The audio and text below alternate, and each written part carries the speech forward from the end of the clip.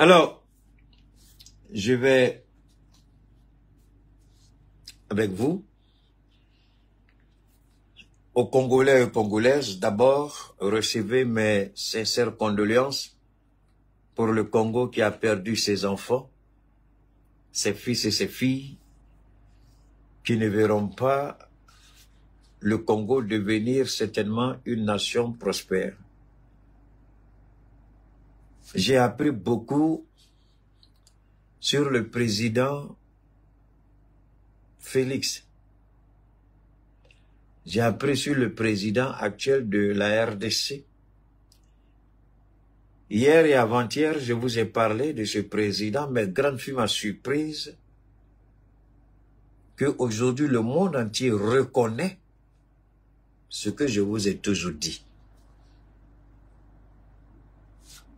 On a vu la ministre des Affaires étrangères du Congo qui allait ridiculiser. Elle pense qu'elle a parlé. Et ce qui m'a fait rire, ma soeur, tu parles français, c'est anglais, tu as parlé aux Nations Unies.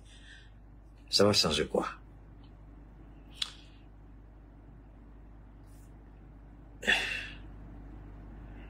Je ne parle pas parce que je vais soutenir Tshisekedi. Dieu seul est témoin, ce n'est pas mon intention. Il ne m'intéresse pas parce que je pense que c'est un président qui est lâche. Je répète, le président actuel de la RDC, c'est un lâche. Si c'est pour parler, je vous en prie, il sait parler. Il est très fort, il parle. Mais aujourd'hui, le monde entier est unanime sur une chose, c'est qu'il a trahi le peuple congolais. C'est ce que le monde dit. Il était à Davos, la rencontre des... Je vous ai parlé de Davos, non, où le Donald Trump a pris la parole la semaine dernière. Il était là-bas. Il allait faire des grandes déclarations. Et ce que j'ai dit de Philippe, figurez-vous que c'est ce que la presse occidentale, je ne savais même pas, je vous jure au nom de Dieu, aujourd'hui j'ai vu ça, mais j'ai quelques éléments que je vais vous faire écouter. Merci Amen. Je suis perdu. Ce que j'ai entendu m'a laissé sans parole, bouche bée, bouche fermée. On dit que c'est un président qui passe son temps à s'habiller et à voyager, à croire que le sort des Congolais n'est même pas son problème. Voilà ce que la presse impérialiste, pour une fois, soyons d'accord avec eux, même si on les combat. J'ai appris quelque chose sur Goma, sur le nord Kivu, le nord du Kivu, c'est ça? J'ai appris et j'ai des chiffres officiels à ma possession. Si ce n'est pas malédiction, je souhaite que les Congolais viennent expliquer ça au monde, comment cela est possible. Si ce n'est pas la corruption, la gabegie, l'incompétence, l'insouciance, l'inconscience, l'inacceptable, l'intolérable, si ce n'est pas ça, il n'y a pas autre explication. Philippe, le fils de Tshisekedi, là, le président actuel de la RDC, est la déception incarnée, la déception personnifiée. Il ne fait que parler, parler, aboyer, aboyer.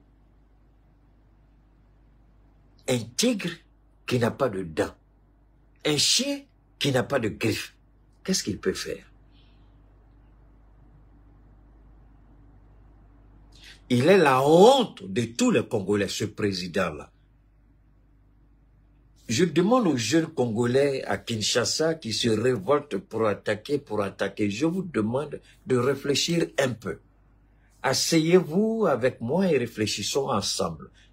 Mettons momentanément la colère de côté. Les cibles que vous attaquez, je peux dire ce sont des cibles légitimes. Mais il y a une cible beaucoup plus légitime que ces cibles-là. c'est votre président. Il ne fait que vous emballer avec des beaux discours. Mais il est incompétent et lâche. Je répète, il est incompétent et lâche. Il appelle les autres pour venir faire son palabre. Congolais, ce que vous ne savez pas, il a fait appel à des mercenaires de l'Europe de l'Est pour venir combattre en RDC. Oui. Je vais vous montrer les images des mercenaires. Dieu seul sait à combien il a payé chaque mercenaire. Mais pourquoi les mercenaires ont décidé de déposer les armes, traverser la frontière rwandaise et puis retourner dans leur pays? Pourquoi? Parce que leur travail, c'est ça. Ce sont des mercenaires. Mais pourquoi ils ont déposé les armes, les mercenaires là?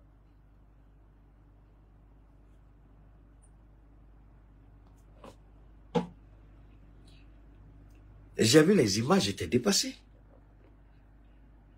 Et j'ai vu quelqu'un qui essaie de justifier ça. Je suis d'accord. Mais, avant de faire appel aux mercenaires pour venir faire toi ton palabre, quelle est ta place? Quelle est toi-même là? Quelle est ta place dans le combat? Qu'est-ce que tu fais? Ou qu'est-ce que tu as fait? On a vu les mercenaires en Ukraine. Est-ce que les mercenaires en Ukraine ont pu changer la donne sur le terrain? Non. À un moment donné, les mercenaires ont commencé à dire quoi? On ne va pas sacrifier notre vie pour ça. Qu'est-ce qui a fait échouer Kadhafi? Je passe mon temps à parler, mais j'ai l'impression qu'on a encore des présidents idiots sur cette terre-là, sur ce beau continent africain. Kadhafi a été tué parce que Kadhafi misait sur les mercenaires. Kadhafi a été liquidé parce que Kadhafi croyait que les autres qu'il payait gracieusement pouvaient défendre le drapeau libyen. C'est pourquoi Kadhafi a été liquidé. Les mercenaires ont déposé les armes, ils ont pris les armes qu'ils pouvaient, ils sont allés sur le marché noir, ils ont commencé à vendre ces armes-là. Ils ont disparu, ils sont partis. L'armée libyenne était à 70-80% des mercenaires, à part les officiers supérieurs qui étaient des Libyens, la plupart, les soldats de rang, les sous-officiers, c'était des mercenaires. Principalement les Touaregs là, du nord du Mali, du Niger, de la Mauritanie, des Algériens aussi. Il y avait toutes les nationalités dedans.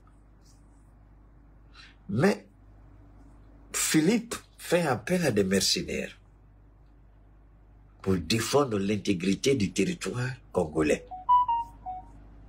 Réfléchissons ensemble comment cela peut fonctionner.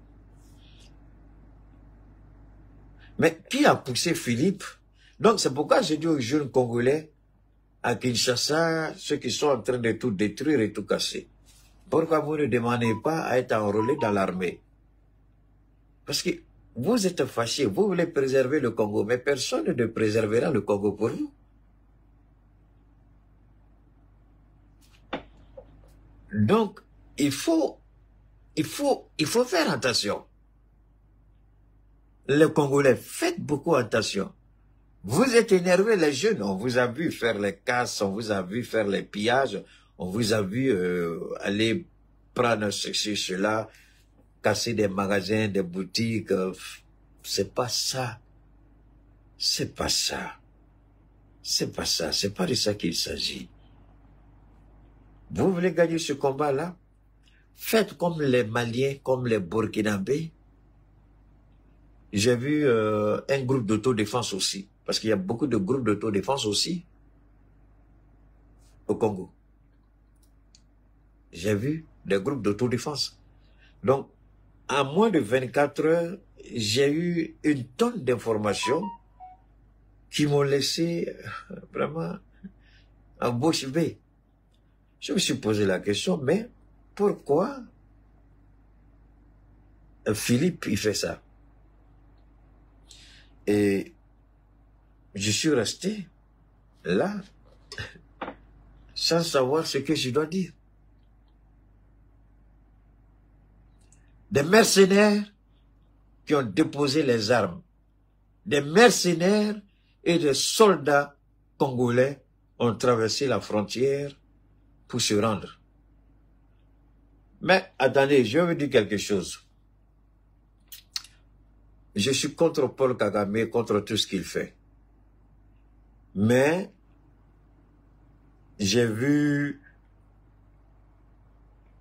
la frontière terrestre rwandaise, on a quand même un musulman à côté.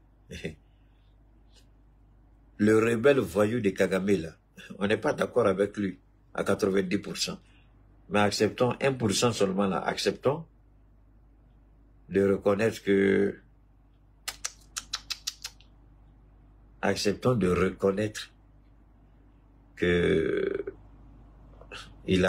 sa frontière est de loin.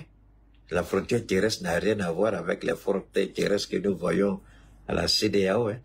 Même la Côte d'Ivoire qui se tape la poitrine.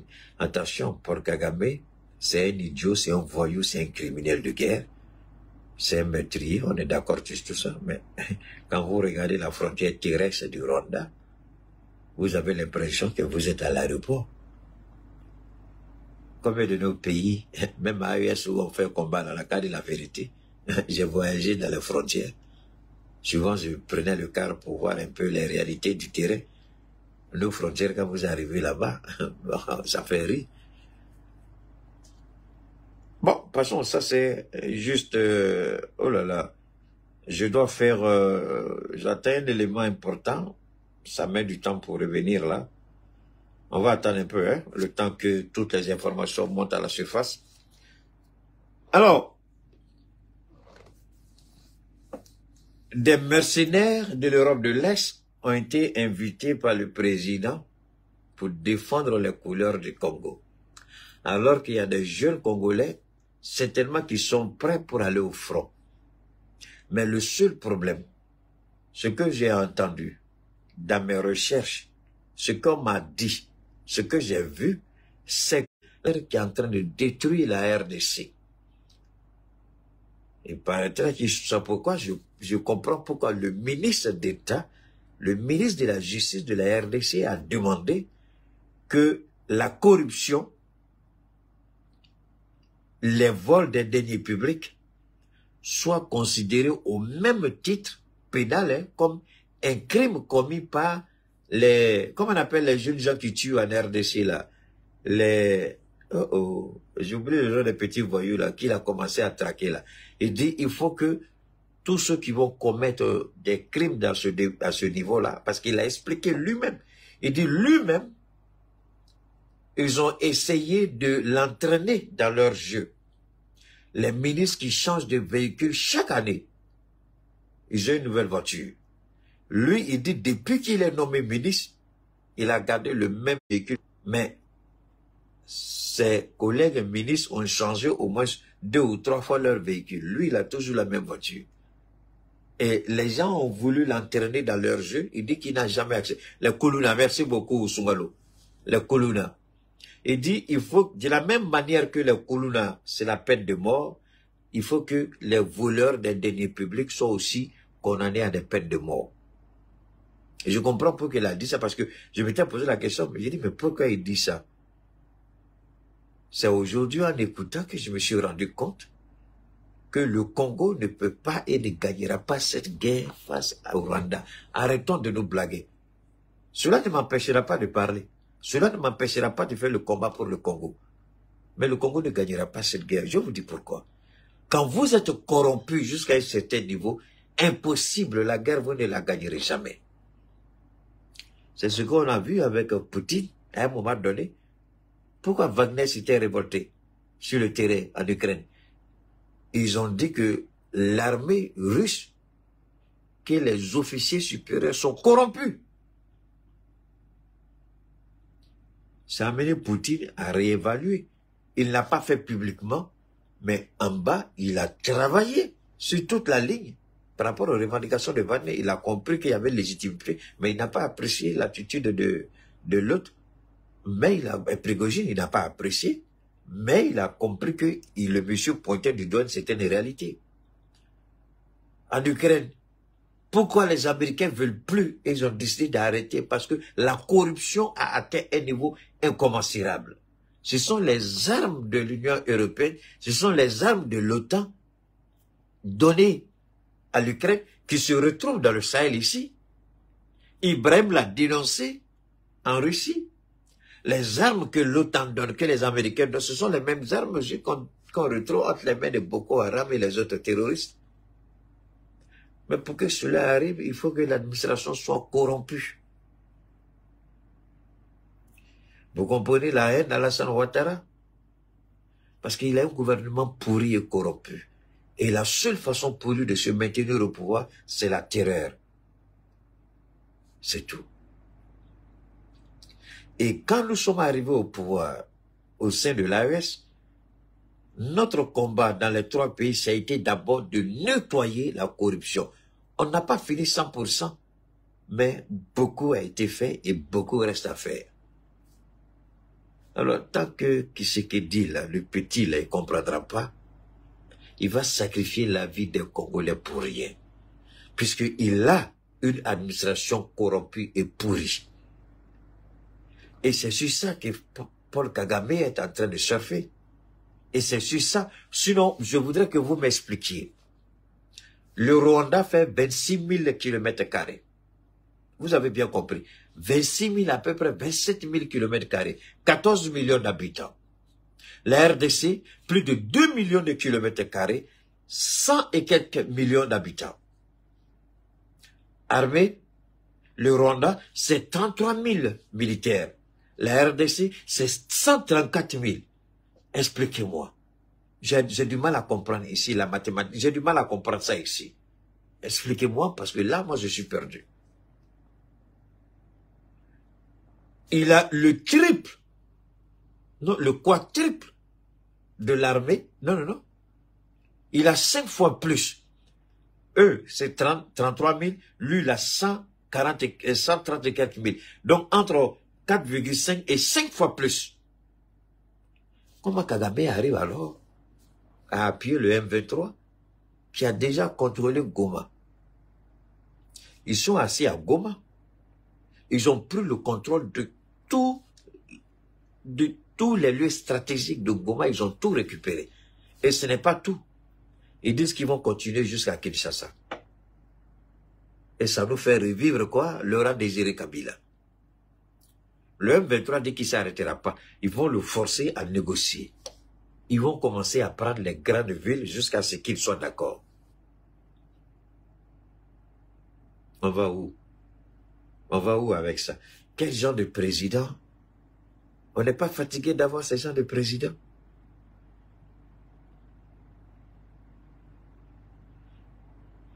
La question, tu sais, moi, ne venez pas me dire l'ancien président, je vous en prie, arrêtez de raconter des bêtises, avec tout le respect que je vous dois. Laissez Kabila dans son petit coin. Arrêtez ça, arrêtez ça. C'est hier que Tshisekedi a été, c'est hier que Tshisekedi a gagné les élections. Voilà un président qui a fait 5 ans au pouvoir, et toi-même, quand tu dis ça, honnêtement, quand les gens vont lire ton commentaire là, est-ce que vraiment, il faut effacer ton commentaire, pardon, ça fait honte, j'ai pas envie de dire ton nom, mais les gens vont regarder ça et vont t'insulter. Kabila là, ça fait quoi? Et Tshisekedi là, il n'est pas son 2e mandat, tu n'as même pas, il faut avoir, il y a des choses, on doit avoir quand même la probité morale de ne pas écrire certaines choses. On doit avoir honte d'écrire certaines choses. Même si les commentaires sont libres, il faut avoir honte d'écrire ça, mon ami. Il a son 2e mandat. Qu'est-ce que Kabila a fait pendant le 1er mandat qu'il n'a pas compris? Pendant 5 ans, il a géré le pays. Qu'est-ce qu'il n'a pas compris pendant 5 ans? Quel genre de président il est? Il n'a pas un service de renseignement? Quand on vous dit que l'efficacité d'un président là, demeure entre les mains du renseignement, là, vous croyez que les Américains sont bêtes quand ils ont rendu la CIA l'une des organisations les plus puissantes au monde? Celui qui contrôle l'information, il a le pouvoir. Ça fait... Attendez, Kabila là, j'ai dit Kabila, le président qui est là, il n'a pas un service de renseignement. Alors, Congolais, je vais vous parler Congolais, je vais vous parler franchement. Votre président, c'est une menace pour votre sécurité. C'est pas le M23, c'est pas Paul Kagame. Votre président, le président Félix Lala, Je sais pas si c'est Philippe ou Félix, qui c'est qui dit là. Le président actuel, c'est une menace pour la sécurité du Congo. Alors, j'espère que j'ai... Bon, on va essayer de remonter. On va essayer de revenir. Alors, on va écouter ça d'abord. Je vais vous faire écouter ceci, et puis on va continuer.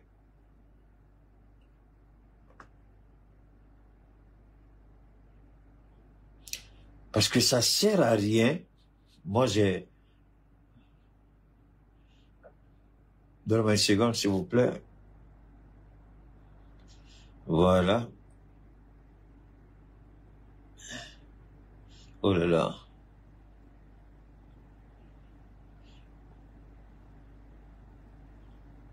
Donnez-moi une seconde, je suis en train de...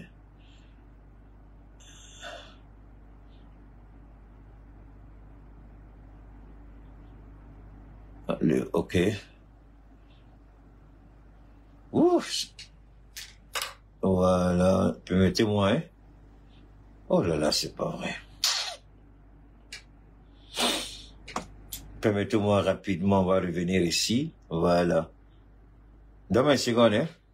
Je vais faire écouter quelque chose là qui est bon à savoir. Voilà. On va écouter ceci d'abord.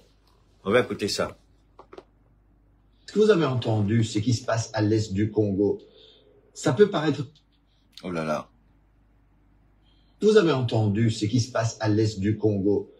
Ça peut paraître loin, mais savez-vous que l'Europe y joue un rôle direct et mortifère. Okay, alors commençons par le début. À l'est du Congo, au Kivu, la frontière avec le Rwanda, la guerre a causé environ 6 millions de morts. Certains estiment d'ailleurs que la moitié de ces morts seraient des enfants, imaginez-vous. Alors aujourd'hui, on parle surtout du groupe dit rebelle du M23 qui déstabilise la région. Et en fait, avec l'aide du Rwanda, ce groupe occupe aujourd'hui une partie du territoire congolais.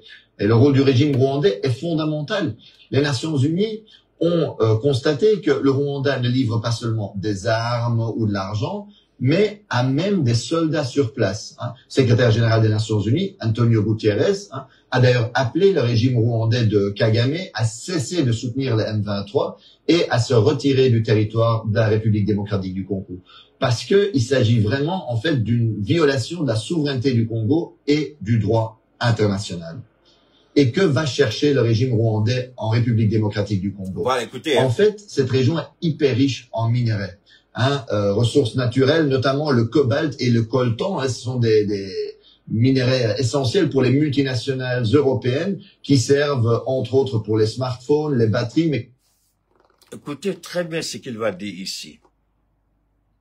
Si le renseignement congolais, dès le premier mandat de Tshisekedi, s'il n'a pas été briefé sur les richesses potentielles qui se trouvent dans le sous-sol congolais, c'est qu'il est le président le plus idiot, le plus bête au monde. Et que ce service de renseignement mérite d'être dissous. Quand vous prenez le pouvoir, vous nommez un nouveau directeur au niveau du renseignement, un homme de confiance, qui vous informe, qui vous donne toutes les informations dont vous avez besoin pour mieux gérer le pays. Je voudrais qu'on m'explique si le président a été briefé. Et d'ailleurs, est-ce qu'il avait besoin d'être briefé? Il a fait campagne. Il est le fils d'un opposant. Celui qui s'est opposé au maréchal Mobutu Sese Seko. Donc, il connaît les richesses du sous-sol congolais. Comment arriver au pouvoir?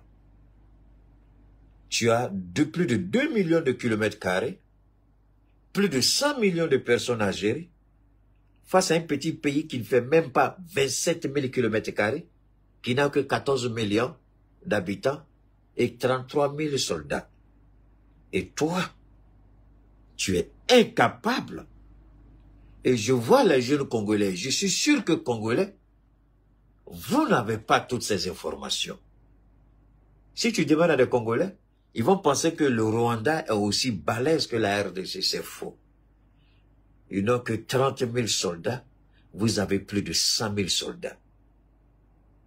Vous pouvez, c'est-à-dire que vous envoyez la moitié de vos soldats, ils peuvent envahir tout le Rwanda.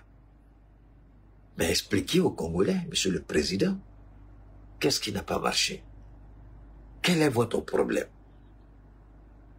Pourquoi les Congolais doivent mourir par votre incompétence, votre insouciance et votre insatiabilité de vouloir paraître, parler, s'habiller, parler, s'habiller, parler? Votre vie s'arrête à ça, parler et vous habiller. Est-ce que vous avez... Alors, moi, je ne fais que vous dire ici. Après, je vais vous faire écouter des journalistes qui disent que ce président n'a aucun intérêt en ce qui concerne son propre peuple. Il s'en fout.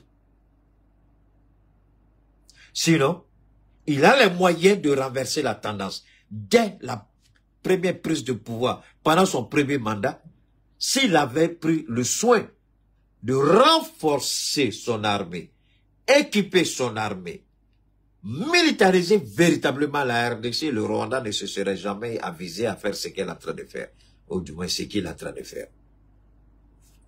Merci, c'est un traite. J'ai pas fini. Regardez l'Iran. On va s'arrêter un peu sur 3 pays. Les Congolais, là, vous qui allez casser boutique des gens, les ambassades, là, vous faites preuve d'immaturité. Et vous êtes manipulés par les politiciens. Pour empêcher le peuple de voir l'échec pathétique du président. Oui, ça aussi, ça existe. Hein. Ça, je vous dis que je suis désolé de vous le dire, mais je suis politicien, je vous en prie. Je ne suis pas de la dernière, je ne suis pas né de... je ne suis pas né hier nuit. J'ai fait et je continue. Je suis stratège quand même dans le domaine politique. Ce qu'on appelle la diversion, je suis trop fort dedans. La diversion, c'est ça. Ce que nous voyons à Kinshasa, c'est la diversion provoquée par certains ministres et certains collaborateurs pour ne pas que le peuple demande des comptes au président. C'est la diversion. J'en sais quelque chose, puisque je suis politicien. Je n'ai pas besoin d'un poste politique, mais je fais la politique sans vouloir accéder à un poste politique. Ma politique, c'est d'inciter à la réflexion, à la prise de conscience, à l'éveil de la conscience, à l'affirmation de soi. C'est là tout le sens de ma politique.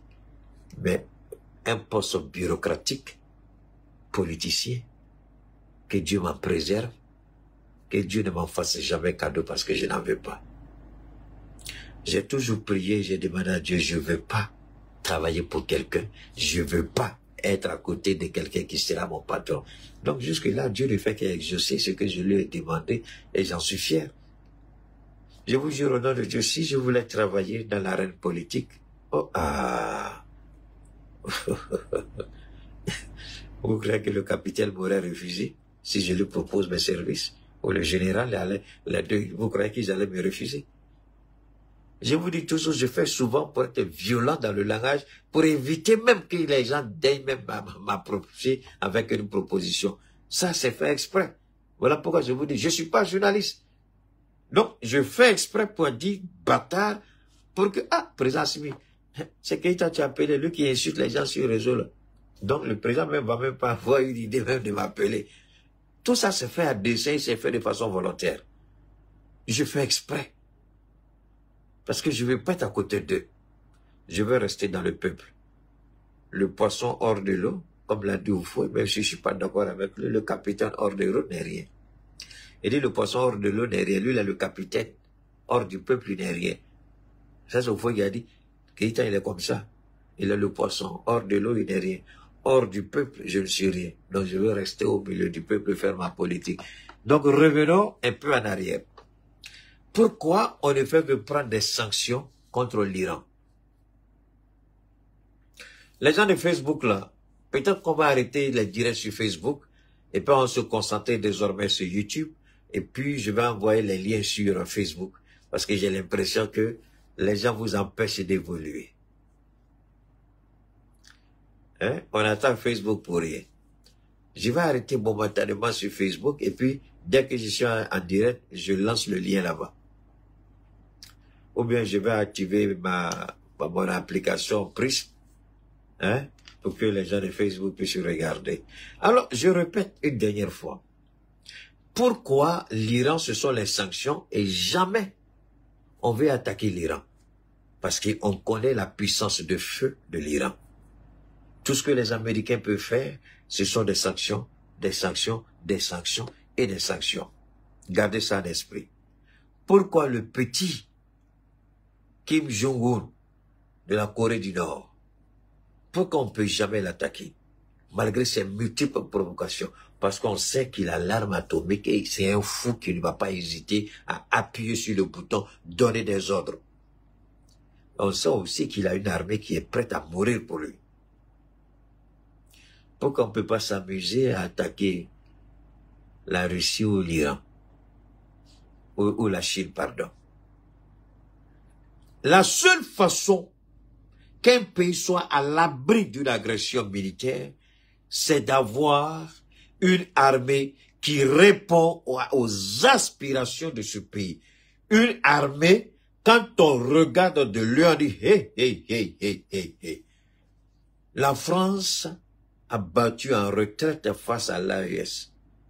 La CEDEAO et le voyou d'Alassane Ouattara, le minable de Macky Sall, l'idiot de Oumarou Embalo Sissoko, le drogué Tinibou, ils se sont retractés.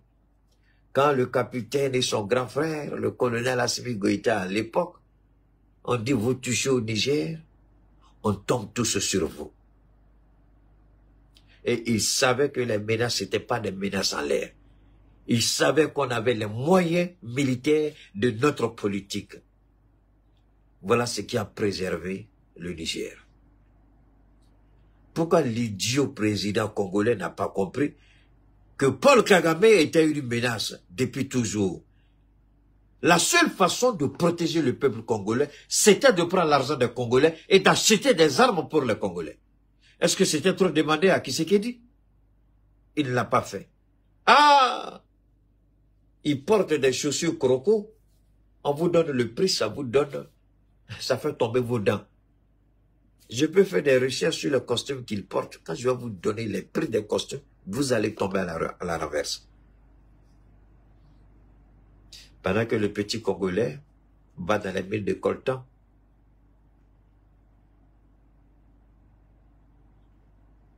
de cobalt, mains nues, pieds nus. Et puis attention, quand ils vont dans ces mines-là, vous croyez qu'ils vendent le coltan là et l'autre minéral là, vous croyez que c'est à qui ils vendent? C'est aux gens j'ai regardé un reportage direct, ça c'est, le M23 a permis à un journaliste, je ne sais pas c'est quelle télévision française là, le gars il allait, ce sont les enfants. Quand les enfants vont, et puis c'est pas tout le monde, hein. Arrivé à un moment donné, on leur a dit d'éteindre leur caméra. Mais comme ils sont malins, c'est leur travail, souvent ils ont les caméras cachées, embarquées. C'est-à-dire, votre bouton là, le bouton ici, le bouton que j'ai ici, vous voyez que c'est un bouton, mais en réalité, c'est pas un bouton, c'est une caméra. Très souvent, c'est ce que les journalistes portent. Ou les stylos qu'ils mettent ici, vous croyez que c'est un stylo, c'est pas un stylo, il y a une caméra qui est dans le stylo. Donc, les gens filment avec ça. Donc, vous allez voir le gros caméra, elle va déposer, mais il y a. Est-ce que vous voyez? Donc, pour nous, donner, il y a un petit bâtard qui est là, je vais l'enlever, mon frère. C'est mon direct. Voilà. Idiot. Il faut partir. Alors, donc,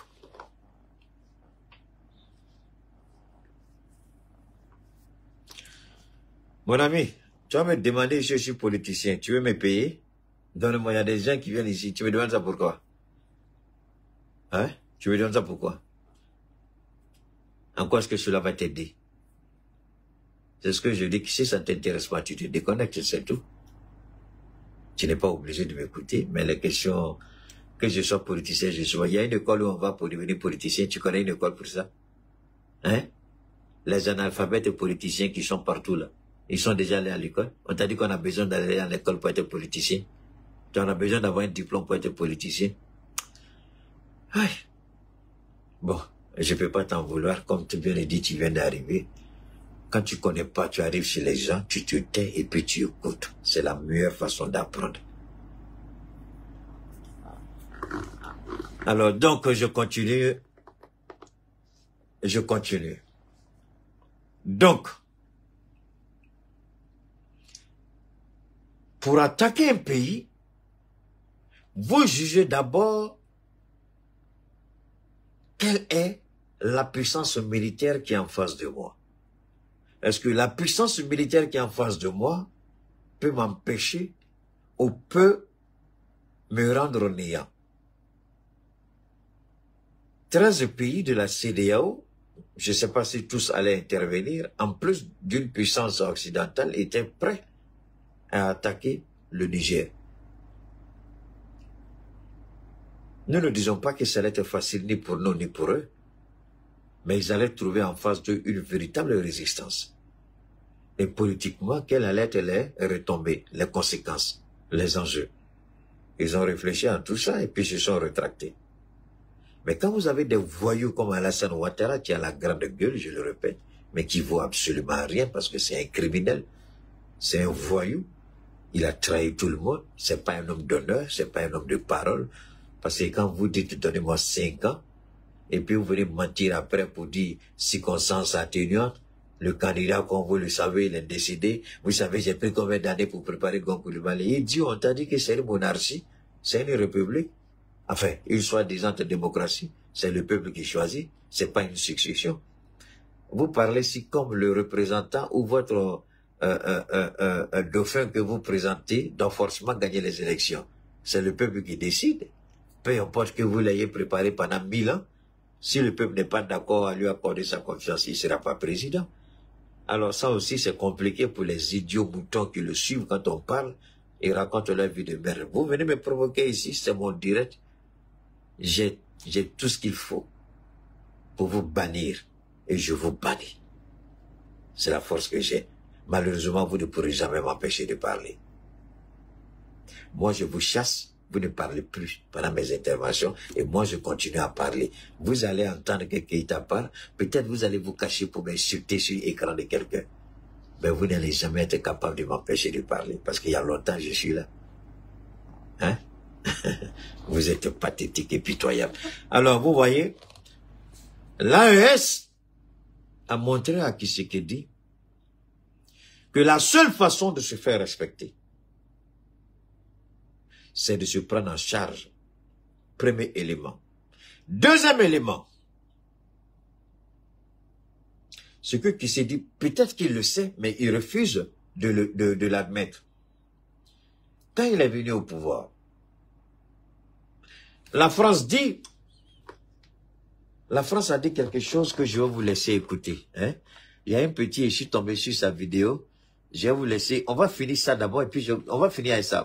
Entre autres pour les smartphones, les batteries, mais qui sont aussi utilisées dans l'industrie de la défense, dans la transition vers l'aéronautique. Et donc le Kivu contient 60% des réserves mondiales de coltan à lui tout seul. Imaginez-vous l'impact. Vous avez bien entendu, 60% des réserves mondiales de coltan. Un minerai rare et très cher d'ailleurs. Quelqu'un disait hier, le kilo fait 60 000 francs CFA. Waouh! 60%. Et le Congo est l'un des pays les plus pauvres au monde. Il n'est pas à son premier mandat. Il est à son deuxième mandat. Bientôt, il va partir. Est-ce que c'est une malédiction? C'est pourquoi hier, je dis, l'Afrique, victime de sa richesse, victime de sa bénédiction, victime de ses réserves naturelles. Et Tshisekedi est la preuve vivante et palpable de la lâcheté des présidents africains. Il est à son deuxième mandat. Il a eu 5 ans. Je peux dire, son premier mandat, la première année devait être une année de grâce. Les 4 années à venir, il devait préparer, comme l'a dit tout à l'heure ma grande sœur, qui veut la paix prépare la guerre. Est-ce que Tshisekedi a préparé cette paix-là? Écoutez, parce que beaucoup d'hommes n'ont pas une idée. Même moi, je n'avais pas une idée exacte de ce que le coltan représente. 60% des réserves dans le monde. Un seul pays, une seule région. Tout ce qu'on a demandé à Tshisekedi, protège cette région. Protège notre réserve. Protège l'avenir du Congo. Il a échoué. Tout ce qu'on lui a demandé, protège cette région. Si nécessaire, il faut la militariser. Il a échoué. Aujourd'hui, le Rwanda a accès à 100% de cette réserve et le Congo à 0% là-bas. C'est inacceptable. On va continuer d'écouter. Important stratégique de cette région. En d'autres mots, la guerre, les massacres, la déstabilisation à l'est du Congo arrangent bien ceux qui veulent voler les richesses naturelles à les matières premières du Congo. Et sans surprise, un groupe d'experts des Nations Unies a constaté qu'en 2023, le Rwanda a enregistré une hausse sans précédent de ses exportations de coltan, une augmentation de 50% par rapport à l'année précédente. Et chaque mois, par exemple, M23 fait passer en contrebande 150 tonnes de coltan, de la localité congolaise. Batilu, tu es là? Ok. Je voudrais ceux qui sont là sur... et faites-moi le calcul. 150 tonnes. Donc 150 tonnes. Une tonne, ça fait combien de kilos? Une tonne, ça fait combien de kilos? Non, dites-moi. C'est pas 1000? Une tonne, c'est 1000 kilos, non? Ok, si c'est 1000 kilos, d'accord? Maintenant, vous, 1000 kilos, c'est pas ça? 150. Donc, vous multipliez les 150 tonnes par 1000. Ce que vous allez trouver, vous multipliez ça par 60 000 francs CFA. Et vous allez voir ce que le M23 gagne quand il fait passer ça à Paul Kagame. Calculez, et puis vous allez voir le montant. Alors, est-ce que c'était compliqué pour la RDC de dire, on n'a pas les moyens dans notre caisse, les caisses de l'État sont vides, mais ce n'est pas tout. Moi, je vous parle du coltan. Je ne vous parle pas du cobalt. Je ne vous parle pas de l'or. Je ne vous parle pas du diamant. Parce qu'en réalité, le Congo-Kinshasa n'est pas trop connu par rapport au coltan ou au cobalt, mais surtout par rapport au diamant. Au diamant. Et Mobutu Sese Seko était connu, il avait cette canne. Et la canne, chaque fois qu'il voyageait, la canne, il y avait un trou dedans. On remplissait la canne de Mobutu Sese Seko de diamants. La canne qu'il marche et puis fait comme ça, c'était toujours chargé de diamants. 1000 kilos, vous multipliez par les 150 000 tonnes, et puis vous multipliez par les 60 000, même si vous les 50 000, pour voir une idée de l'argent que cela fait. Donc, Mobutu, le Zaïre n'était pas connu par rapport au coltan. C'est tout récemment qu'on parle avec l'histoire de Kabila là. C'est quand Kabila on a commencé à parler de coltan. Mais au temps de Mobutu, on parlait pas de coltan, on parlait pas de cobalt, on parlait pas d'uranium, on parlait pas d'or, on parlait de diamants. Et la plupart des Maliens qui étaient installés là-bas, on les appelait les diamantaires. Ceux qui faisaient le business du diamant. Le Zaïre était connu de notre jeune âge, tout le monde, on voyait le Zaïre comme le pays où il y a diamant. Tout le monde marche sur le diamant. C'est comme ça que nous, on a vu le Zaïre. Alors, venez nous dire aujourd'hui que quelqu'un qui a passé sa vie derrière son papa opposant, qui est au courant de ce que représente cette région de Kivu, comment il peut venir s'asseoir au pouvoir?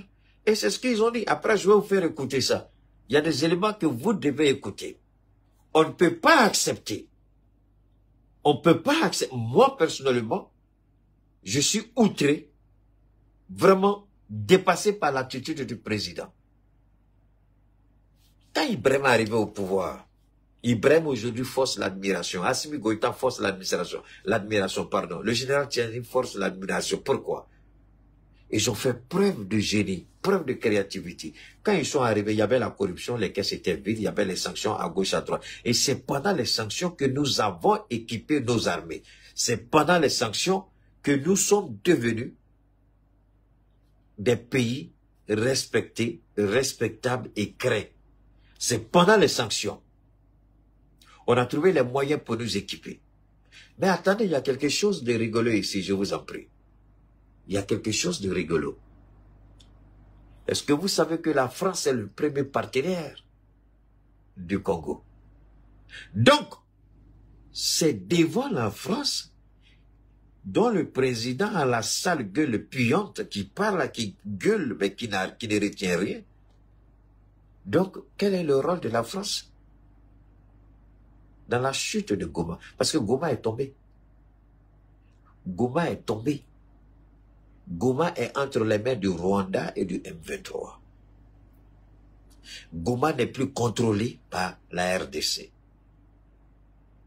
Et le M23 est en train de faire mouvement vers la deuxième grande ville. Cela nous rappelle la montée fulgurante de Laurent Désiré Kabila. L'armée congolaise est en train de déposer les armes et fuir le combat. C'est ce à quoi on assiste aujourd'hui. Les gens vont, et ce qui est grave, j'aurais appris que la Russie aurait proposé d'arrêter l'avancée du M23 en déployant tout de suite les moyens conséquents et les hommes pour appuyer l'armée congolaise, pour stabiliser la situation, et que le président aurait refusé parce qu'il a un accord avec l'Union européenne, il a un accord avec peut-être l'OTAN, peut-être avec la France. Merci Paul Ernaud. Merci. C'est mauvais. C'est pas bon. Donc, la France qui sait que la Russie veut venir en aide à la RDC, dit au président de ne pas accepter l'aide de la Russie. Mais qui est en train de mourir aujourd'hui? Qui est en train de mourir aujourd'hui? Ce sont des Congolais. Et l'idiot du président, il passe son temps à faire pondre des discours. Ça fait 2 ou 3 jours. Tous les jours, il sort à la télé et puis il parle maintenant. Il veut que la population sorte pour se sacrifier. C'est pas ça? Pendant que lui, il allait s'habiller. Pendant qu'il mettait la belle vie. Pendant qu'il est par là, il est par là, il est par-ci, il est par là. Les chaussures les plus chères, les costumes les plus chers. Il a oublié d'équiper, de militariser, de révolutionner son armée. Le président Assimi Goïta l'a dit, le capitaine, le général. Ils disent 2025, on va amplifier encore l'acquisition de matériel. Et Assimi l'a dit. Mais Assimi n'est pas un politicien au même titre que ce gars-là. Lui, il est né dans la politique. Son père a toujours été opposant. Et son père est mort en exil. Son père a toujours été opposant. Et d'ailleurs, c'est un deal. Lui, là, les élections, véritablement, il n'avait pas gagné. Il y a eu un arrangement. On se rappelle de ce que Laurent Fabius, à l'époque, comme ministre des Affaires étrangères de la France, il a dit, faites un arrangement là-bas. Et ça fait mal au président, mais c'est vrai. Il n'avait pas gagné. Ils ont truqué les élections pour qu'il passe. Parce que lui, au pouvoir, le Rwanda continuera de piller le coltan de la RDC. Maintenant, il est pris au piège. Ce qu'il n'a pas pu faire pendant son premier mandat, est-ce que vous croyez qu'il pourra le faire pendant ce mandat-ci? Non. Parce qu'il est dans un piège. Tant qu'il ne va pas sortir de ce piège-là, peuple congolais, ce que moi je vous dis aujourd'hui, vous n'êtes pas obligé d'être d'accord avec moi. Mais si votre président-là ne dénonce pas les accords militaires avec la France, les accords de défense avec la France, s'il ne s'oriente pas vers d'autres partenaires stratégiques pour l'aider en équipement, en formation, le Congo va tomber, le M23 va prendre le pouvoir. Parce que les soldats, ils ont commencé à fuir. Et les gens sont en train de revivre dans leur tête le scénario de Laurent Désiré Kabila face à Mobutu Sese Seko. On a vu, Mobutu Sese Seko avait fait sortir la population de Kinshasa, dans les rues de Kinshasa. Les gens qui le soutenaient, les gens qui criaient, les gens qui étaient contents. Mais au fur et à mesure que Laurent Désiré Kabila et ses troupes avançaient, les soldats déposaient les armes et puis ils fuyaient. C'est quand il était à la porte de la capitale, on leur a dit, ah, il faut attendre, le président va partir, puis tu rentres. C'est là qu'ils ont négocié le départ de Mobutu Sese Seko. Il a fui. Tout le monde peut voir le départ de Mobutu Sese Seko. Comme on a vu, comme son cortège est allé en vitesse à l'aéroport. Et puis son avion, on l'a envoyé au Maroc. L'avion l'a déposé, l'avion est revenu. Comment il a perdu le pouvoir? Est-ce que c'est à cette triste fin que le président actuel veut... parce que les gens, ils avancent. Et la France ne va pas t'aider. La France n'a pas fini de gérer ses problèmes. La France ne fera rien pour toi. La France ne fera rien pour toi. Est-ce que c'est compliqué pour un président africain de prendre en compte les intérêts de son peuple, d'arrêter de trop parler avec la gueule qui pue la merde, rien que le mensonge qui sort du bout des lèvres, mais la réalité, le cœur ne le sent même pas ce qui est sur le bout des lèvres. C'est ce que Dieu dit. Vous êtes un faux peuple. Vous m'adorez, moi, Dieu sur le bout des lèvres, mais dans votre cœur, vous êtes corrompu. C'est ce que nous vivons avec nos politiciens. Ils parlent de souveraineté. Ils parlent d'aimer le pays sur le bout des lèvres, mais au fond du cœur, c'est pas ça. C'est ce que je vois avec ce faux président-là. Sinon, il y a longtemps qu'il aurait pris les dispositions. Il y a longtemps qu'il aurait équipé son armée. Il sait que l'appétit vient en mangeant. Il sait qui est Paul Kagame. Il sait ce que le M23 fait dans le Nord Kivu. Il était au courant de tout ça. C'est la raison pour laquelle les mercenaires, merci à toi ma soeur, c'est la raison pour laquelle les mercenaires sont partis. Ils sont arrivés, il n'y avait pas d'armes. De vieilles armes, face au M23 qui est très bien équipé avec des armes lourdes. Pourquoi ils vont risquer leur vie? Ce qu'ils ont fait, ils ont déposé les vieilles armes du gars là, et puis ils sont allés, ils ont traversé la frontière, on les a embarqués dans les bus, ils ont pris leur avion et puis ils sont rentrés dans leur pays. Ils n'ont même pas été interrogés, ils n'ont rien, on les a mis dans des bus climatisés et puis on les a conduits à l'aéroport. Voilà ce qui... Et ça fait honte ce qu'il dit. Le Mali n'a pas fait ça pour sa souveraineté. Le Niger ne l'a pas fait, le Burkina ne l'a pas fait. Pourquoi vous, les politiciens, le salaire 100 $, 100 $, ça fait quoi? 50 000 francs CFA, 55 000 francs CFA. Toi-même, la paire de chaussures que tu portes, c'est plus de 1000 $. Et tu payes un soldat à 100 $. C'est-à-dire ta paire de chaussures, ça fait quoi? Ça fait 10 fois, c'est ça? Ta paire de chaussures fait 10 fois plus le salaire d'un militaire. Alors que lui, il donne sa vie pour la patrie. C'est pourquoi je dis aux jeunes Congolais, vous choisissez mal votre cible. Ce n'est pas les ambassades qui constituent une menace pour vous, mais c'est votre président qui n'est pas à la hauteur. C'est lui le véritable problème. De la localité congolaise de Rubaya, occupée par eux, vers le Rwanda. C'est un pillage sans équivalent. C'est vraiment incroyable. Et certains qui regardent la carte me demandent, mais Marc, comment est-ce possible qu'un pays relativement petit comme le Rwanda est capable de déstabiliser de manière si durable le Congo, qui est beaucoup plus grand. Le Congo, c'est presque 2/3 de l'Europe, hein. C'est 4 fois la France, 80 fois le territoire de la Belgique. Mais c'est qu'évidemment, ce n'est pas que le Rwanda. Ce n'est pas qu'une question entre Congo et Rwanda. C'est que le Rwanda reçoit le soutien de l'Occident, des États-Unis, mais aussi de l'Europe. Chaque année, l'Union européenne offre par exemple des dizaines de millions d'aides à l'armée rwandaise. La Pologne a même promis toutes les armes, toutes les technologies militaires dont le régime aurait besoin. Et dans le cadre du programme Global Gateway, l'Europe a promis des investissements de 900 millions au Rwanda.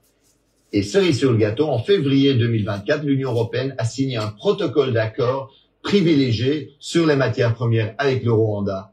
Et cela tandis que nous savons que le Rwanda va voler des matières premières au Congo. La Commission européenne, en fait, a été signé cet accord et a encouragé le Rwanda à piller, à intensifier le pillage des richesses congolaises. Regardez bien la chronologie. En fait, en février 2024, la Commission européenne va signer cet accord sur les matières premières avec le Rwanda. Et à peine 2 mois plus tard, en avril 2024, le M23 occupe la localité de Rubaya, qui représente 15% de la production mondiale de coltan, minerai stratégique. Chaque mois, aujourd'hui, 150 tonnes de coltan passent de là-bas vers le Rwanda, dans les mains, sans doute, de multinationales. Le vol et le pillage, c'est ça l'impérialisme concrètement aujourd'hui. Et d'ailleurs, il y en a qui rêvent d'occuper durablement l'Est du Congo en coupant le Congo en petits bouts. C'est ce qu'on appelle communément la balkanisation, pour mieux voler les richesses et les ressources du Congo au profit des multinationales occidentales. Dans le Financial Times, l'expert Jason Stearns est clair. Cette guerre pourrait se terminer relativement rapidement. Il rappelle qu'en 2012, en fait, le M23 avait été battu. Et c'était pas seulement à cause de l'action de l'armée congolaise et de ses alliés du Sud, qui avaient battu militairement le M23. C'est aussi parce que les soutiens internationaux du régime rwandais avaient Ici, quand vous écoutez, c'est ce que hier, par la grâce de Dieu, nous avions développé hier en disant que c'est l'Union européenne qui finance la machine de guerre de Paul Kagame, c'est-à-dire le M23, c'est-à-dire le mouvement du 23 mars. Ils ont été battus une première fois parce que les gens avaient coupé les ressources à Paul Kagame et ils n'avaient pas les moyens de continuer à soutenir financièrement cette rébellion. Ces mercenaires et ces criminels, ces terroristes. Aujourd'hui, Paul Kagame, l'argent coule un peu de partout. Comment quelqu'un qui va vendre le coltan? Vous avez entendu? Alors qu'on sait que la quantité qu'il vend, il ne peut pas avoir cette quantité-là sur son territoire. Et aujourd'hui, avec la même mise de... Permettez-moi, je suis en train de chercher un autre élément. Je vais vous faire écouter ça aussi. Parce que ça, il sera intéressant que vous écoutiez ça. On va écouter cet élément-là aussi. Depuis dimanche, en République démocratique du Congo, la ville de Goma est devenue le théâtre de violents affrontements entre les forces armées congolaises et le M23. C'est une milice armée soutenue, selon l'ONU, par le Rwanda. La chute imminente de cette ville du Nord Kivu, qui abrite de nombreux réfugiés ayant fui les conflits de la région, marque un tournant décisif dans ce conflit. Bonjour Sonia Rollet. Bonjour. Merci d'être là. Vous êtes journaliste chez Reuters Le Monde et spécialiste notamment de cette région. Alors il faut un peu nous expliquer ce qu'est le M23 et aussi ce qu'est le Nord Kivu, puisque c'est une région compliquée à décrypter. Alors d'abord le Nord Kivu peut-être, c'est l'est de la République démocratique du Congo. C'est une zone qui est riche en minerais et qui est en conflit depuis maintenant 30 ans. Puisqu'il y a eu d'abord des guerres et ensuite normalement les guerres se sont terminées, mais ça a continué. Cette guerre, ça a commencé depuis cette histoire de Laurent Désiré Kabila, qui avait besoin du soutien du Rwanda, qui avait besoin de l'Ouganda, qui avait besoin d'un certain nombre de pays aux alentours de la RDC pour renverser le pouvoir du maréchal Mobutu Sese Seko. Vous savez, la politique nous apprend un certain nombre de choses. Si on ne sait pas tirer les leçons de ce qui nous arrive, alors là, il y a un sérieux problème. Donc, il y a un élément que je vais vous faire écouter, mais je vais vous amener ici d'abord. Il y a un petit élément que je pensais que j'avais. Il y a un petit là, j'ai regardé quelque chose d'extraordinaire sur son... Je vais voir, parce que c'est important pour moi. Permettez-moi une seconde, je vais voir si je peux vous faire écouter ça. Il y a... Ok. Je suis en train de... Ok. Je pense que on est presque arrivé. C'est pas vrai, c'est compliqué tout ça. Ouf. Donne-moi une seconde, je suis en train de chercher. Ok. On va écouter ça aussi. On va écouter ça.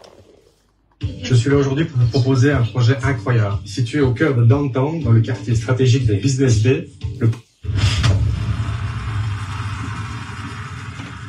À l'origine, en 2012, c'est un mouvement militaire de l'Est du Congo qui est le dernier avatar des nombreuses guérillas congolaises à dominante Tutsi, dont l'objectif est de défendre la communauté Tutsi de l'Est du Congo contre les attaques des anciens génocidaires Hutus des FDLR qui circulent au Congo et qui bénéficient d'une certaine complicité des autorités congolaises d'alors.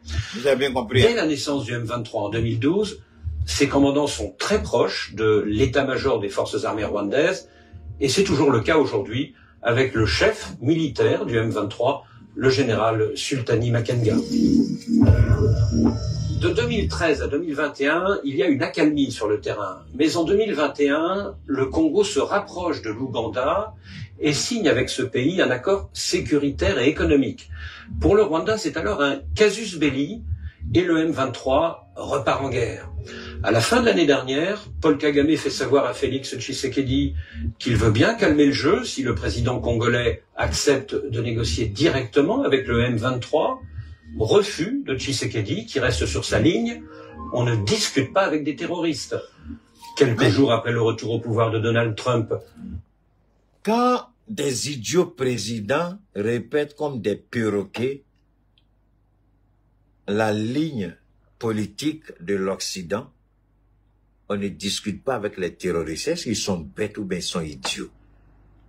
Tous les présidents du monde discutent avec les terroristes.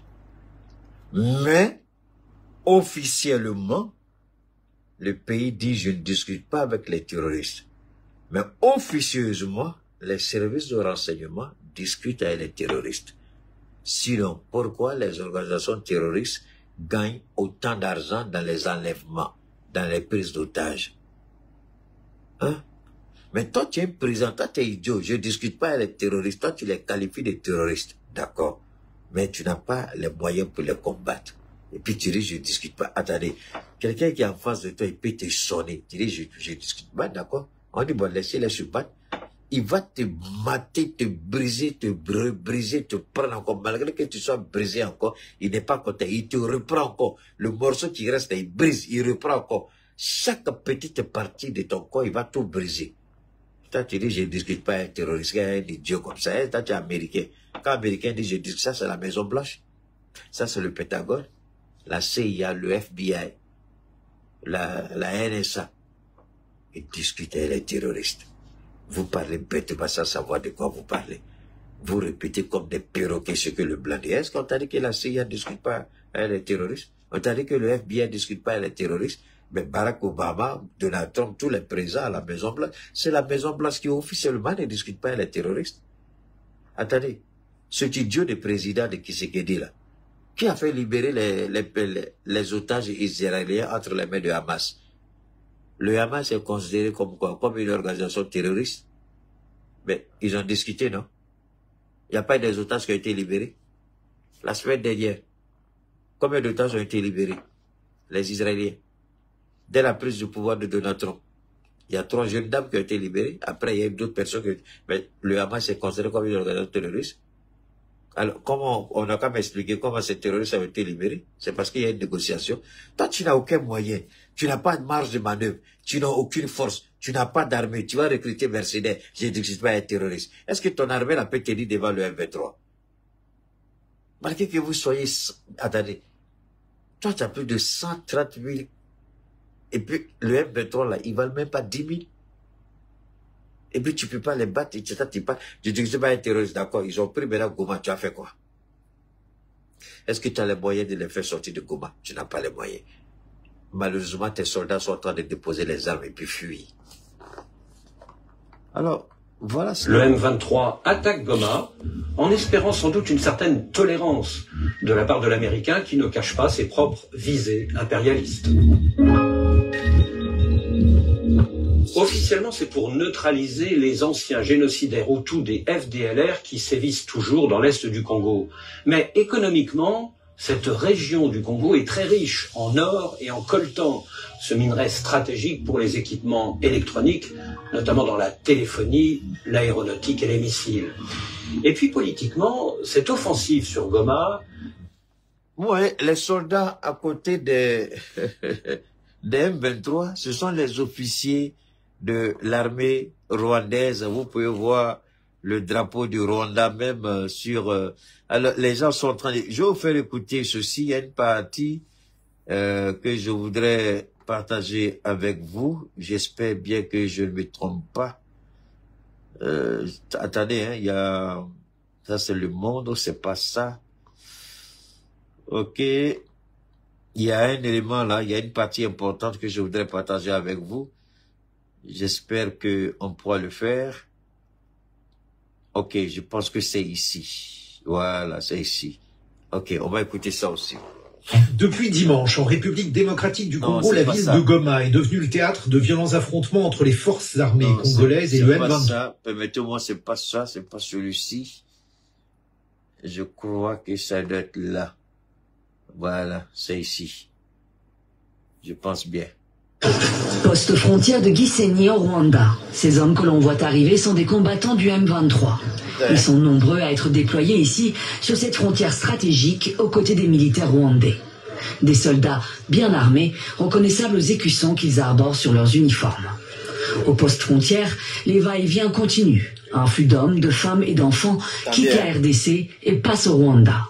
Ici, c'est entre autres le personnel de la Banque mondiale. Mais les civils ne sont pas les seuls à quitter Goma et ses environs. Plusieurs dizaines de soldats roumains appartenant à une société militaire privée sont aussi à Gisenyi. Des paramilitaires contractés. Voilà, c'est de ceux-là que je parlais tantôt. Je vous permets de voir l'image. Les voilà ici. Ça, c'est... Voilà.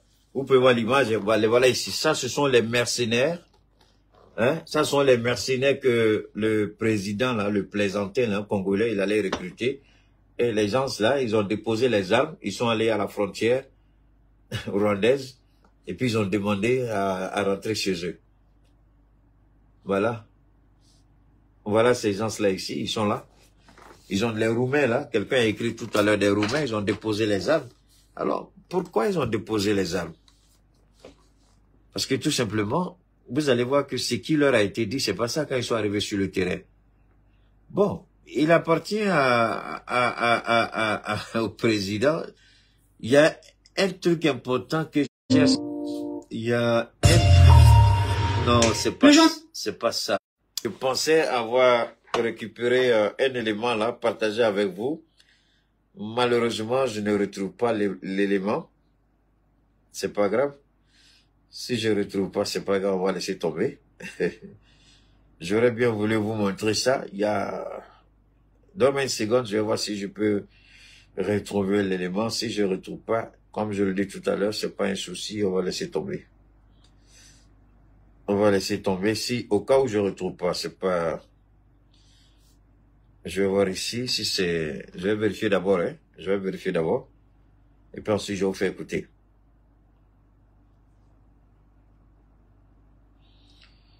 Non, c'est pas ici.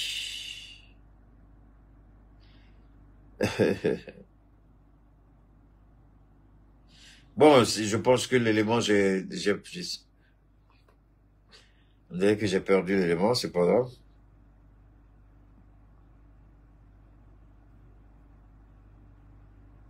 Voilà, c'est pas ça.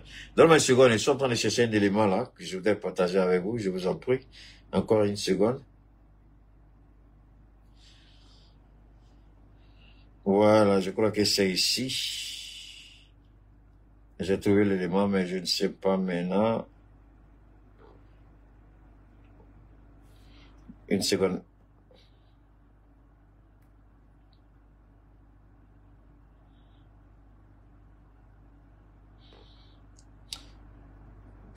Une seconde, les gars.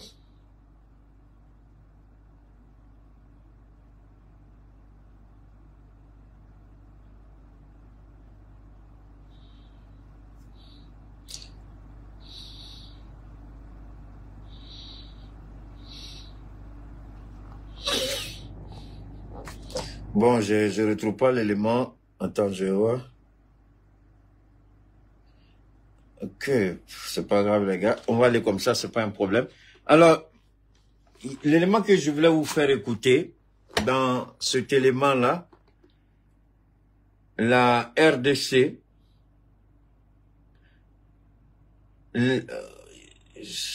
Oh là là.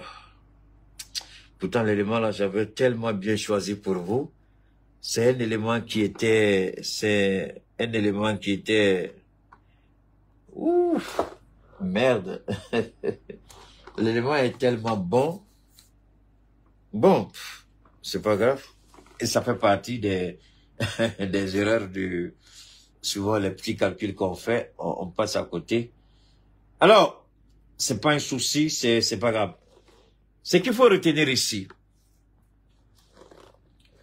le président Félix, je pense bien qu'il s'est dit, doit comprendre que Paul Kagame, il est prêt à défier, pas seulement la communauté internationale, mais il est prêt à défier, en tout cas, tout pouvoir si nécessaire. Parce que pour Paul Kagame, qu'est-ce qu'il dit? Paul Kagame dit, Goma est une menace pour la sécurité nationale du Rwanda. C'est ce que Paul Kagame dit. Mais est-ce que cela peut justifier l'agression rwandaise en RDC? Et l'élément que je voulais vous présenter, ça me fait tellement mal, je n'ai pas, il y a une séquence d'intervention. 1. Le ministre des Affaires étrangères de la France, il dit que ce n'est pas par les armes qu'ils arriveront à résoudre quelque chose. Mais il faut négocier. Africains, Africaines, aidez-moi à comprendre. La France dit que ce n'est pas par les armes qu'il faut négocier. Mais qu'est-ce que la France fait en Ukraine? Les Européens se sont opposés à tout dialogue avec Poutine. Tout ce qu'ils ont dit, il faut soutenir, soutenir, soutenir, soutenir, soutenir, sans relâche. Alors, voilà l'Union européenne et l'OTAN qui versent des milliards et des milliards d'euros et de dollars en armement, en soutien à l'Ukraine.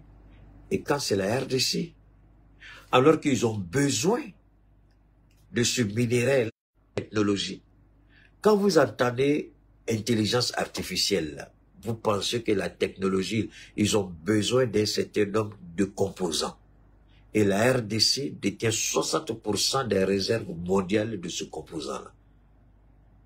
Les trucs de la RDC, est-ce que les Congolais comprennent la valeur qu'ils ont? Est-ce que les Congolais réfléchissent à ce qu'ils représentent réellement dans le monde? Regardez Shanghai. Pourquoi la Chine est prête à déclencher la 3e guerre mondiale et dit qu'elle ne va pas renoncer à sa souveraineté sur Shanghai? Pourquoi les Américains veulent que Shanghai soit détaché de la Chine? Parce que les micros, comme on appelle les microprocesseurs, il y a beaucoup de composants, des téléphones, des logiciels, des avions, ça vient de là-bas. La technologie, ça vient de chez eux. Les fusées, vous avez entendu tout à l'heure dans le commentaire, les fusées, les logiciels, les drones de surveillance, les radars de surveillance, les avions, tout ce que vous pouvez imaginer comme logiciel de communication. Ils ont besoin de cet élément-là. Et les Congolais ont ça en quantité industrielle sous leurs pieds. Ils marchent dessus. Et aucun président à la date d'aujourd'hui n'a été capable de dire attention. Voilà une zone qu'il faut militariser. Je vais vous amener à un autre niveau de la compréhension de l'échec de certains présidents et de la honte que nous devons avoir en tant qu'Africains. Vous avez entendu parler de l'Antarctique, là où il n'y a que la glace. Il y a une réserve intarissable de gaz là-bas. Je dis bien une réserve intarissable d'arbres et de gaz là-bas. Et Poutine a pris le temps, il a demandé au génie russe, à l'armée russe, de développer des armes permettant à la Russie de pouvoir sécuriser sa portion. chaque pays est parti, les Américains sont allés prendre pour eux. La Russie est le pays qui a la plus grande superficie. C'est pas la Russie seule. Tous les pays, en tout cas, qui peuvent développer une technologie pour permettre d'être là-bas, ces pays-là. Mais la Russie a dévancé tout le monde. Et la Russie a dit, l'avenir du monde, c'est là-bas. À cause des réserves qui sont là-bas. Ce sont des réserves qui n'ont jamais été exploitées. D'ailleurs, c'est pour ça que quand la guerre en Ukraine a commencé, la compagnie Total a investi des milliards et des milliards d'euros là-bas. Et le maudit de Zelensky avait demandé à Total de fermer. Total dit qu'elle ne peut pas fermer. Donc Total a été tellement intelligente, il y a eu un arrangement entre Total et la Russie.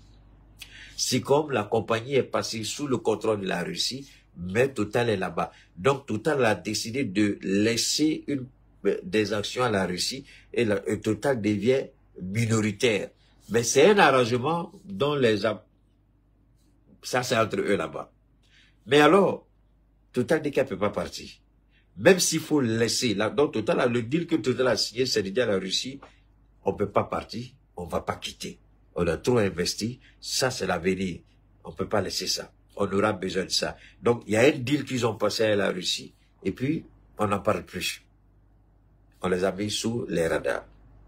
Mais cette zone-là, Donald Trump revient en force. Il veut que les Américains arrivent. Donc la Russie les a dévancés sur le plan militaire, sur le plan technologique. La Russie a développé. Vous avez vu le bateau nucléaire là qui produit l'énergie. Le sous-marin nucléaire qui produit l'énergie, c'était par rapport à là-bas. Merci beaucoup, Sougalo Traoré. Donc, la Russie, pourquoi je vous parle de ça? L'Antarctique, c'est une conquête. Tous les pays qui ont une technologie avancée essaient d'aller pour prendre un peu dedans. Mais là-bas, c'est la glace seulement. Hein. Donc, les forces spéciales russes, c'est là-bas qu'ils sont formés. Eux, ce sont les criminels que Poutine ne fait pas sortir. Quand Poutine fait sortir ceux-là, c'est pas bon. Il y a des armes même qui ont été conçues uniquement que pour là-bas. Mais si ces armes-là, on les met sur les champs de bataille, ces armes-là peuvent faire disparaître l'Ukraine en une fraction de seconde. La question ici que vous et moi, on doit se poser, comment dans nos pays, à l'exception de l'AES aujourd'hui, en Afrique, à l'exception des pays maghrébins, c'est-à-dire le Maroc, même si je n'aime pas cet idiot de pays, l'Algérie, l'Égypte, la Tunisie, pas trop. Ce sont des pays qui ont développé une présence militaire sur des sites stratégiques. Et ces sites-là sont considérés comme des sites pour la sécurité nationale. Mais vous ne pouvez pas prétendre avoir le contrôle sur un site classé secret défense ou sécurité nationale sans avoir un renseignement. J'ai toujours dit ici pendant mes interventions qu'un président qui sous-traite le renseignement avec la DGSE de la France ou tout autre service de renseignement impérialiste, ce président-là, que Dieu lui vienne en aide, parce qu'à tout moment on peut le liquider.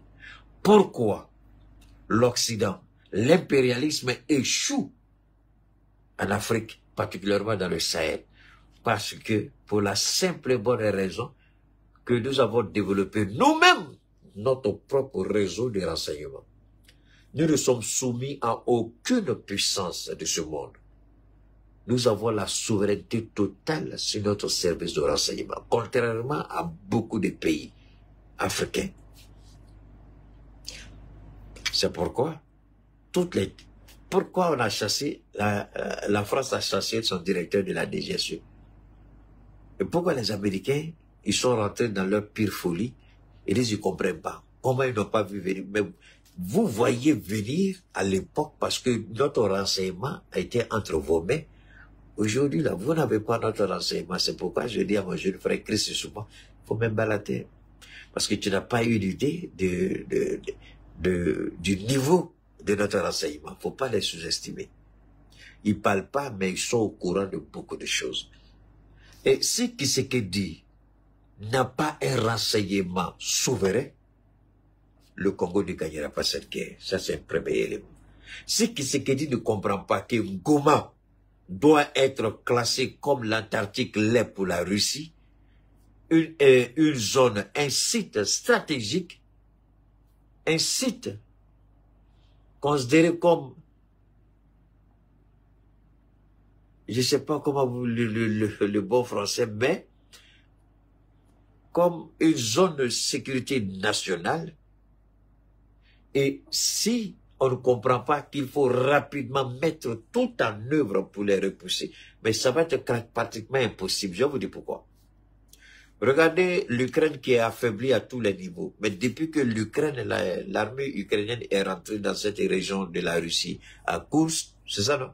C'est Kursk, c'est ça, voilà. Jusqu'aujourd'hui, ils sont là-bas. Malgré qu'on les tue, on les tue, on les tue, mais ils sont encore là-bas. Ils ne sont plus opérationnels, mais ils sont présents.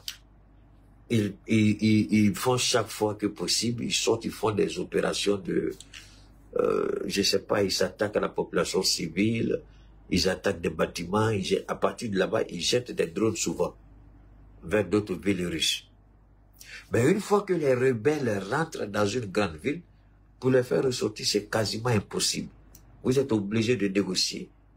Et aujourd'hui, pourquoi ils ont pris Goma? Ils ont pris Goma parce que leur objectif, c'est de reprendre la zone où se trouve le coltan, l'or et le, je sais pas, c'est cobalt, c'est ça.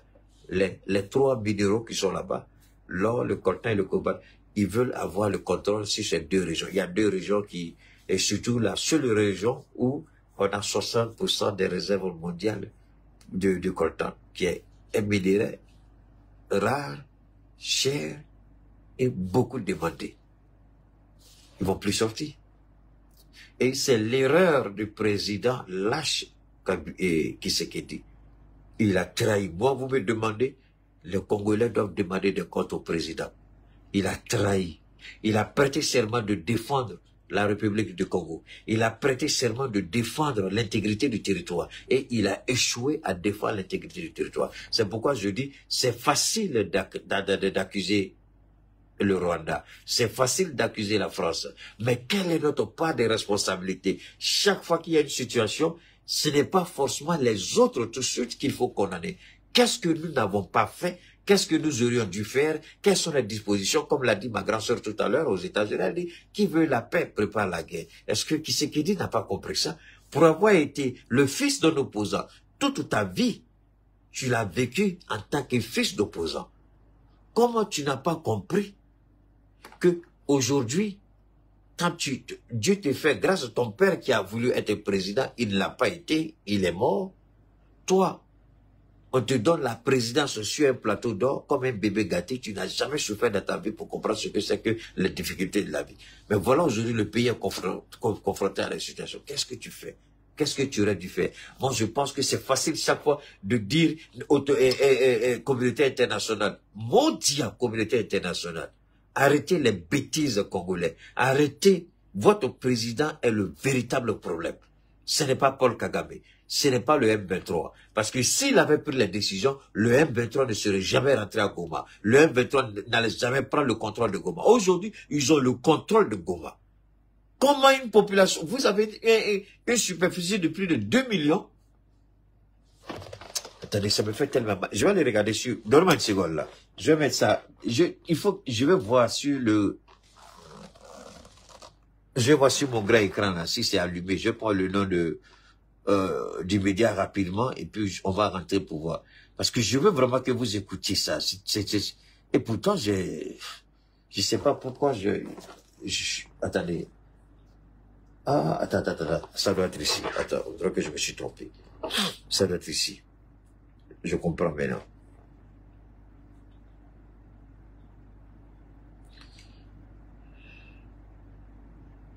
Voilà, c'est ça qui est là. Ok. Donne-moi une seconde, hein. Je vais rentrer ici rapidement. Je crois que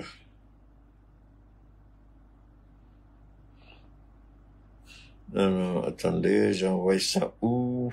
Donne-moi une seconde, hein. J'ai envoyé quelque chose.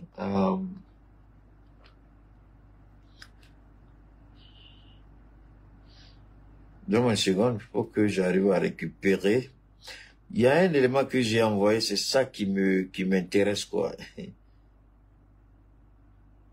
Non, je crois que je dois retrouver ça ici. Si je m'abuse, ça doit être là.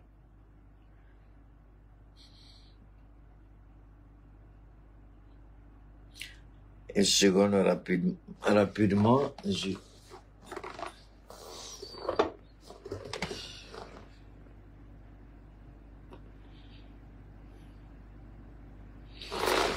Une seconde, hein. On va écouter ça, j'arrive tout de suite. On va rapidement écouter ça.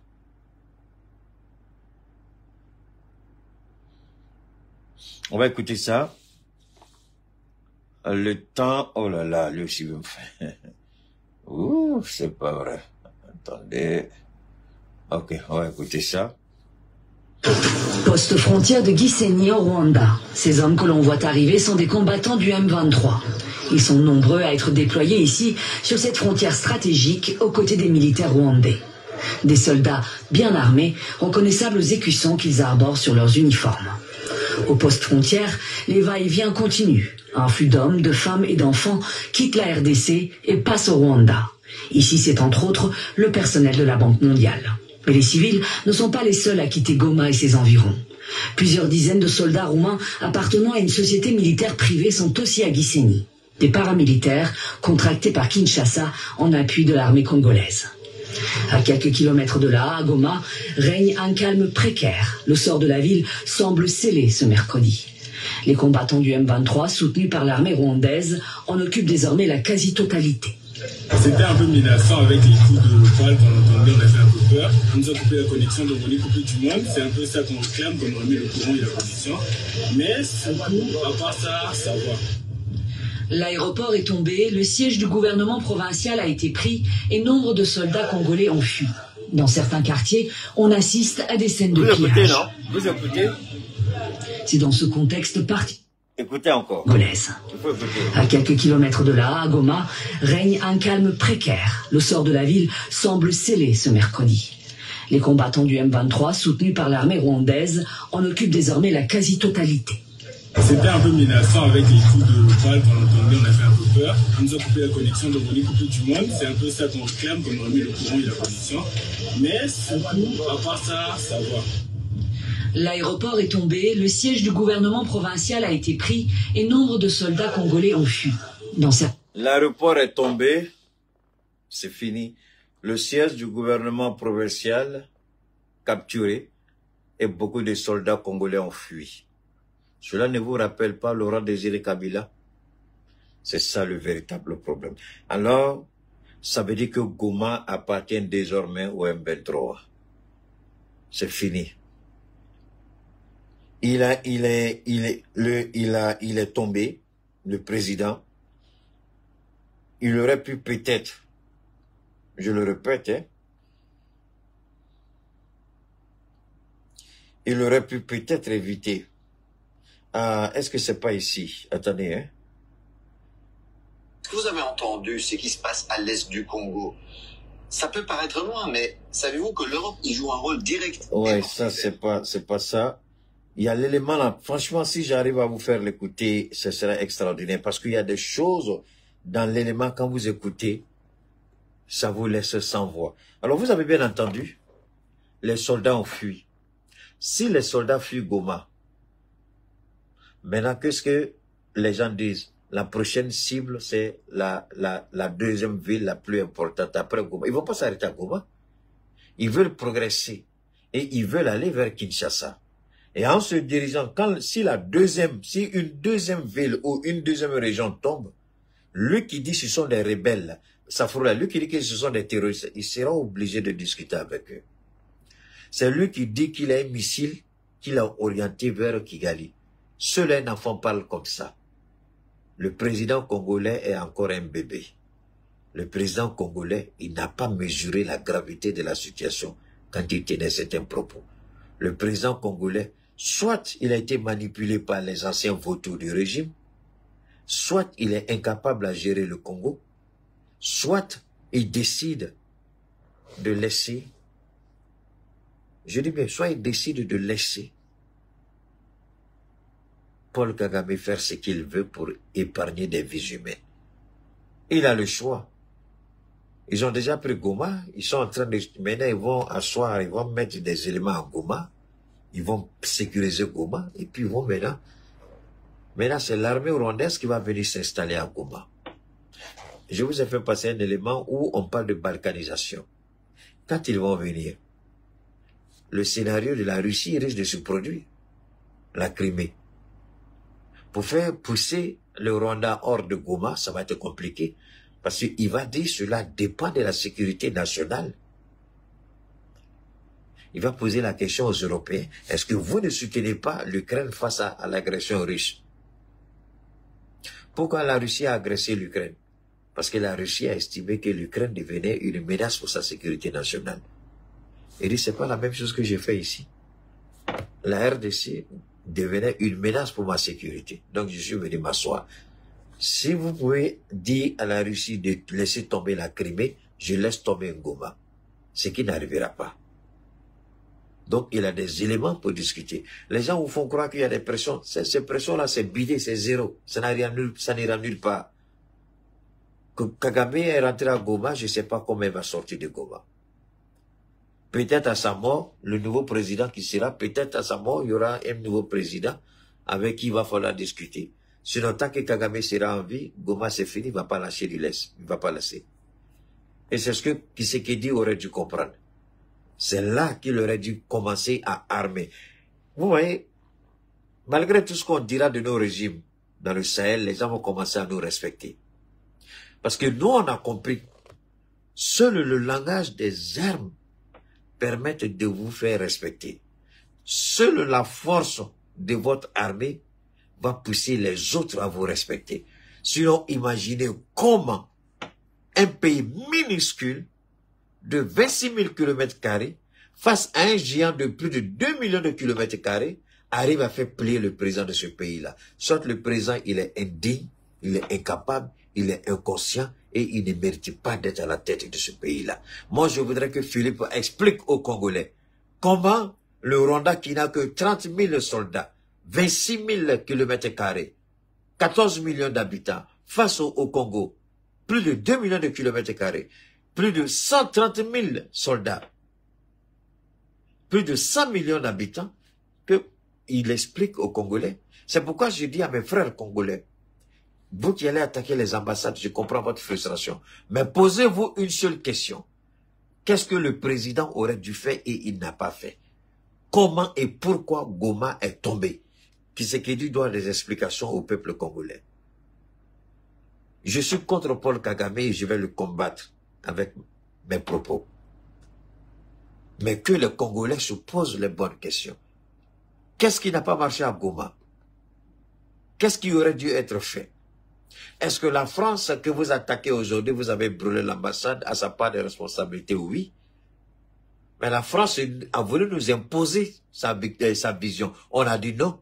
La France a imposé. Ce que la France et la Banque mondiale et le FMI, ce qu'ils ont fait au Mali, avec Alpha Oumar Konaré, quand ce dernier a accédé au pouvoir, avec cette histoire de démocratie maladive, moribonde, stupide, une démocratie de malédiction, c'est de dire flamme de la paix. C'est d'empêcher le Mali d'avoir une armée digne de ce nom. Pendant ce temps, la France préparait le terrain pour les terroristes rebelles appelés Azawad. Je pense que les Congolais, mettez la colère de côté et posez-vous la bonne question. Pourquoi il n'a pas été à la hauteur? Est-ce qu'il ne savait pas? C'est pas quelque chose qui est arrivé comme ça. Ils étaient toujours là. Quand il a pris le pouvoir, le M23 était là. Qu'est-ce qu'il a pris comme disposition? Quand nous on venait au pouvoir, au Mali d'abord, ces maudits Azawadiens étaient là, avec leurs complices terroristes. On les a expulsés de Kidal et on les a chassés de Tizawaten. Aujourd'hui, ils sont en train de errer partout, comme des sans-abri. Voilà le rôle d'un président. Merci à Assimi Goïta. Merci au capitaine. Les terroristes ont fait pleuvoir aujourd'hui. Nous, on fait pleuvoir aujourd'hui l'enfer sur les terroristes. Ils n'ont pas un endroit où se cacher. Ils ont même peur de faire des réunions aujourd'hui. Parce qu'ils se disent qu'on a des drones qui sont là. Chaque fois qu'il y a un attroupement, il y a un missile qui tombe. Aujourd'hui, ils ne peuvent même plus se réunir. Ils sont désarticulés. On a cassé l'ossature, on a brisé la colonne vertébrale des terroristes dans le Sahel. Et ça, l'Algérie maléfique et satanique ne peut pas reconnaître ça. Qu'est-ce qui a été compliqué que tu n'as pas compris? Qu'est-ce qui est difficile que tu n'as pas compris? Est-ce qu'il y a honte à envoyer ton ministre de la Défense auprès du président Goïta, parler avec lui, savoir comment nous on est arrivé à ce niveau? Si tu dis qu'ils sont terroristes, alors tu peux venir vers nous pour nous poser des questions, pour nous demander comment nous arrivons à combattre le terrorisme. Et tu t'assois. C'est toi qui es en train de voyager. Tu es le plus grand voyageur de tous les présidents de tous les temps. Tu es le plus grand sapeur de tous les présidents de tous les temps. Pendant ce temps, ton peuple meurt et végète. Tu es la honte du Congo. Tu es la déception du Congo. Tu ne mérites même pas de faire une minute à la tête du Congo. Peuple du Congo, vous avez manifesté votre colère, vous avez brûlé des ambassades, on vous a compris. Je vous en prie, demandez des comptes à votre président. Posez-lui la question de savoir qu'est-ce qui n'a pas marché, qu'est-ce qui aurait dû être fait qui n'a pas été fait. Il va vous parler, il va vous répondre. Alors, j'ai été heureux de partager cet instant avec vous par rapport à la RDC, en espérant que nous allons suivre au quotidien. Nous allons suivre jour après jour. Si je retrouve l'élément dans mes prochaines interventions, je vous ferai écouter l'élément, il n'y a pas de souci.